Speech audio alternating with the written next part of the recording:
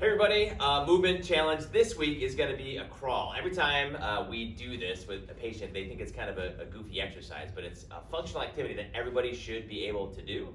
And if you can't do it, it kind of brings out some movement faults that we have to work on in physical therapy. But this is something that everybody should be able to do. It's just probably something they haven't done in a long time. So Dakota's here today. He's one of our students.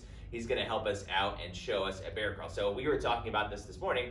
How far or how long should someone be able to bear crawl? Basically, we came up with you should be able to do this for about 30 feet, and you should be able to do it with something on your back. So what we're going to use today is a coffee cup, probably something everybody has at home. When we make it a little bit harder, we'll put a ball on your back to do it. If you guys have seen this in our office, you know how frustrating this can get. But it's a really good expression of upper extremity strength, lower extremity strength, balance, and core strength. So it's really one of the best exercises you can do at home. So we're going to test Dakota out on it today, see how he does, and then you guys can try this out at home. So the first thing you're going to do is get into position.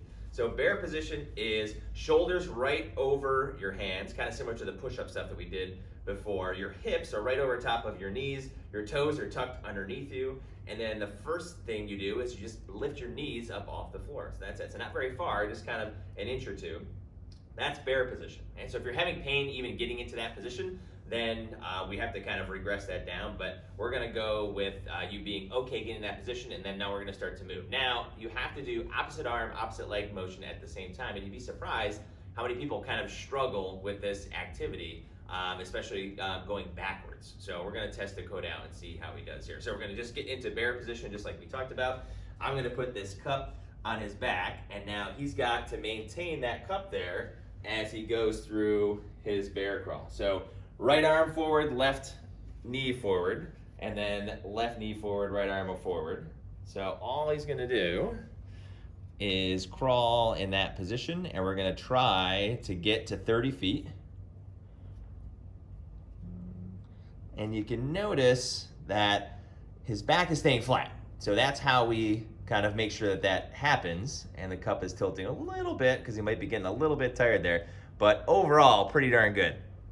So keeping your back flat is really important. That's an expression of your lumbar stability or strength of the muscles in the inner unit, so that's really important.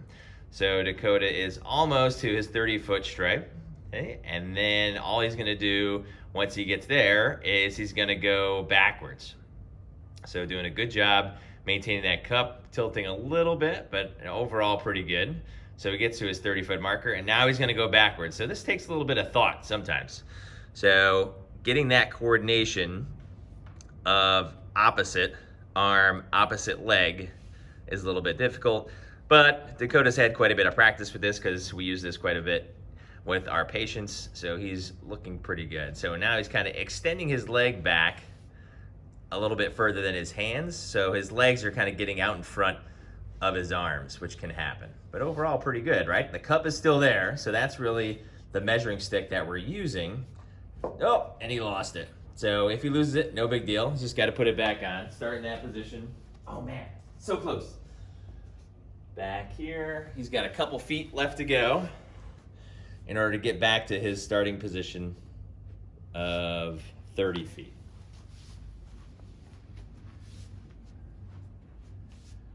There you go.